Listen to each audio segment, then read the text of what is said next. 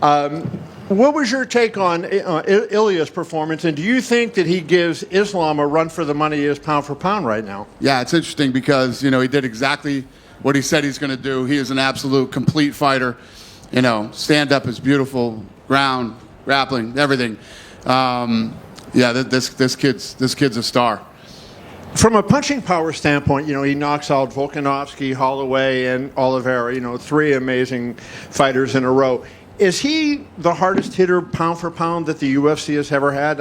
He's on a great 3-fight win streak for sure. You know, all legends that he knocked out.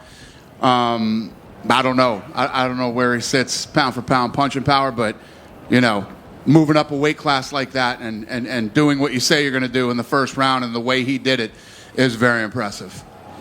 From a standpoint, you know, I had said the other day if he won this fight that he might turn into a star the caliber of a Ronda or a George St. Pierre or a Conor or somebody like that with the look he has, the way he talks, and then, of course, the way he fights. Given the way this ended tonight against a fighter like Oliveira, do you think that he has the ability to take it to that kind of level? Yeah, there's no doubt about it. You obviously felt the energy in the building tonight. It was a big fight.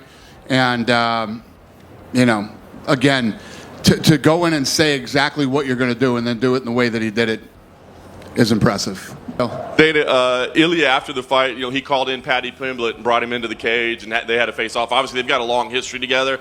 I know there's a lot of options on the table for Ilia, but when he shows that type of interest in a fight, does that make you want to make it? Well, I don't know who the hell let him in there. That should have never happened. Let's start there. I was already back in my room, or that would have never happened. But I don't know. Yeah, I don't know. You know, I don't really think about that stuff tonight, other than, you know, obviously the Van fight. But, you know, we'll see. We'll see how this plays out. And he's mentioned that he would obviously love to fight in Spain, but he doesn't want to do it in the middle of the night that you have to do with European pay-per-views. But given what a star he is and the following that he has, I mean, do you start trying to move things around? I mean, I know you said we want to go to Spain. Do you start thinking, how can we get him, you know, in prime time in Spain over there? Yeah, I don't know. I mean, Spain isn't even an option right now anyway, so. Yeah. Dan, over here in the middle. Is there any headway on Islam Makhachev and Jack Della Maddalena if that title fight's going to get booked soon?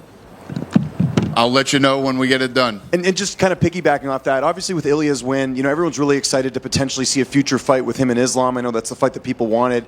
Ilia said earlier this week that if Islam loses that fight, he wouldn't give the opportunity for Islam to fight for his belt again. Is that something you'd bypass? Because that seems like such a big fight to make. I mean, this is all talk. Speculative. You know what I mean? Yeah, exactly. But I imagine that's a fight you guys would want to make at some point. I mean, just the magnitude Sure. of it. I mean, I'd make that fight tomorrow. Yeah.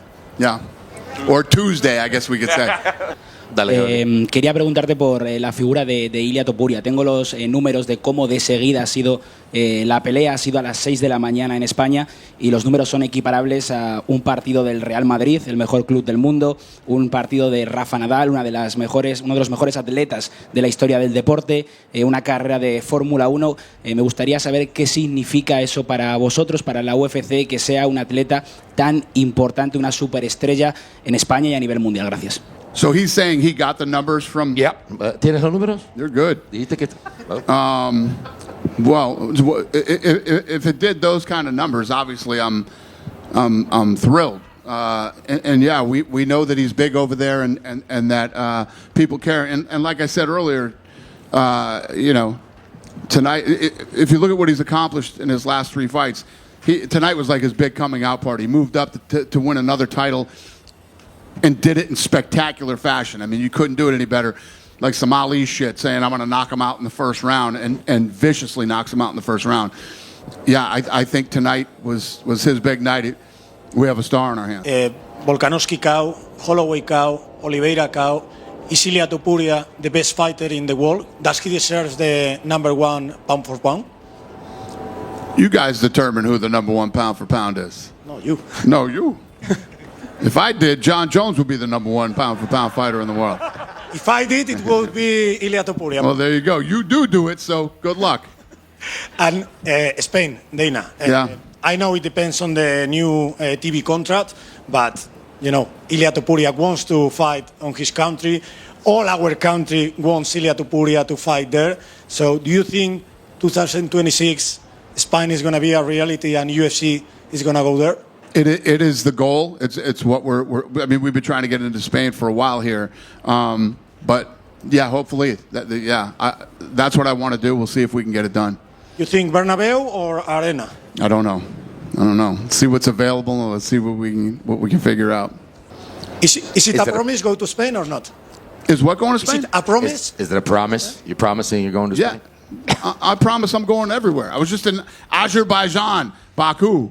Yes, we're definitely going to Spain. It's just a matter of when. Hi, Tana. Yep. It's possible to ask in Spanish.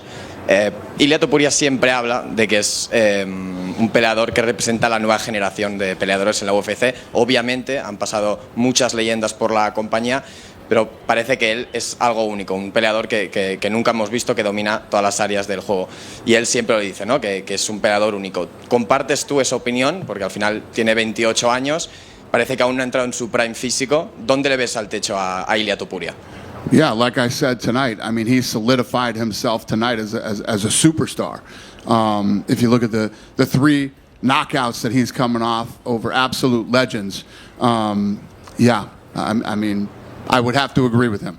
With Arman Sarukian weighing in as the backup, is he getting back in the good graces with you and the... Well, it's not about getting back in the good graces. It's about, the guy had the opportunity to fight for a title and didn't make weight. It's just, I mean, you couldn't fuck up anything worse than that. But he proved, now that he's not fighting for the title, and he was here as a backup fighter, he made weight, so it's definitely a step in the right direction. And to saying in that division, Justin Gaethje said that if he doesn't get a title shot, that he'd be thinking about retiring, and that he's basically inferring that you guys owe him a favor for him stepping in for UFC 300. I just wanted your thoughts on that. Listen, everybody has their opinions on. Listen, if you're thinking about retiring, you know how I feel about that. You should probably retire. We love Justin Gaethje, and Justin Gaethje did step up, and he's been an exciting, fun fighter to have here in the UFC. But to say, hey, listen, unless you give me a title shot, I'm retiring. That's pretty wacky.